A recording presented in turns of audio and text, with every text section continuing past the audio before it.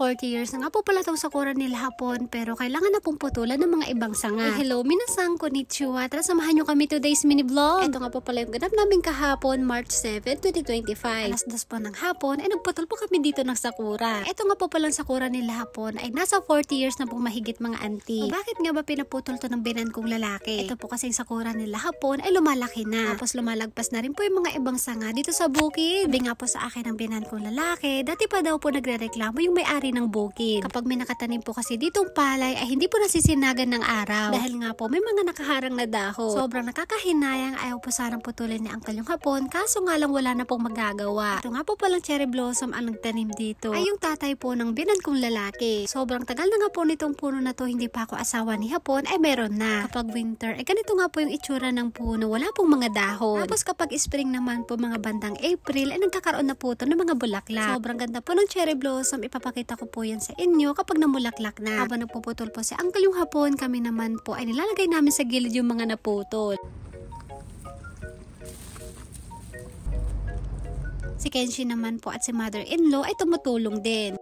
Arigatou, Kenshin-kun!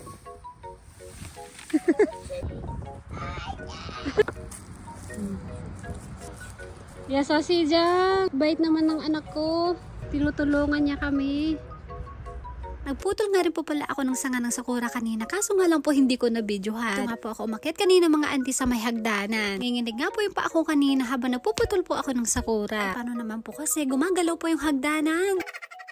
Kapag ganitong winter, mas maganda po magputol ng mga puno. Kahit nga po medyo malamig dito sa labas, ay carry lang naman. Kapag summer po kasi ay napakainit, tapos yung puno ay marami na din pong mga dahon. Pagkatapos namin magputol dun sa harap, ay dito naman po kami sa likod. Ito nga po palang mga puno na nandito sa likod namin. Ito po yung mga pinakaayaw na ayaw ko. Napakadami po kasi mga tinik mga auntie, nakakatakot pong hawakan. Dati nga po nung nagputol ako dito ng sanga, ay natusok po ako ng tinik. Grabe mga auntie, sobrang sakit.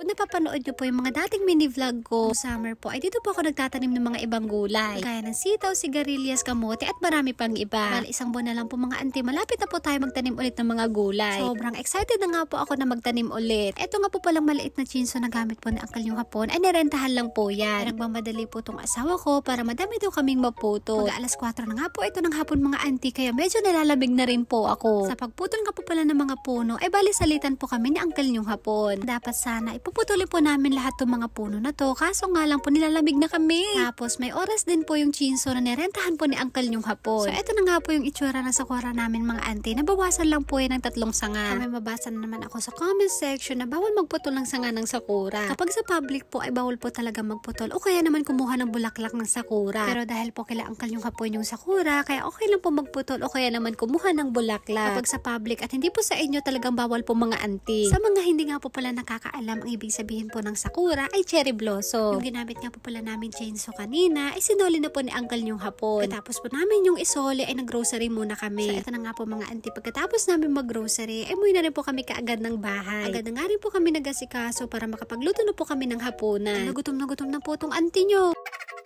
Kanina po kasi habang napuputol po kami ng puno ay hindi pa kami kumain. Kaya eto mga auntie, gutom na po ako, pati na rin po si Uncle yung hapon. Lulutuin nga po ni Uncle yung hapon ay sukiyaki. Tapos tinutulungan ko na nga po siya dito para mas mabilis. Habang naghihiwa nga po ako ng gulay kanina, eto namang asawa ko ay nagluluto na. So nakakapagod nga po itong maghapon na to at nakakagutom. Tapos ko po sa kusina, etong binan ko naman pong babae ang tumulong. Malapit na nga pong matapos si Uncle yung hapon sa pagluluto, kaya nagready na po ako dito sa lamesa. So eto nga po yung hapunan namin na niluto po ni Uncle yung hapon na sukiyaki. Syempre, para mas masarap po itong sukiyaki, kailangan po natin dito ng sausawan na fresh na itlog. Nasang itadakimasu. Sobrang sarap po talaga ng sukiyaki kapag meron po itong kasamang fresh na itlog. Grabe, napagod talaga ako kanina mga auntie, kaya kailangan ko pong kumain ng madami. So yun lang po, maraming salamat sa panonood. Thank you for watching. Sayonara and bye bye! Paalam!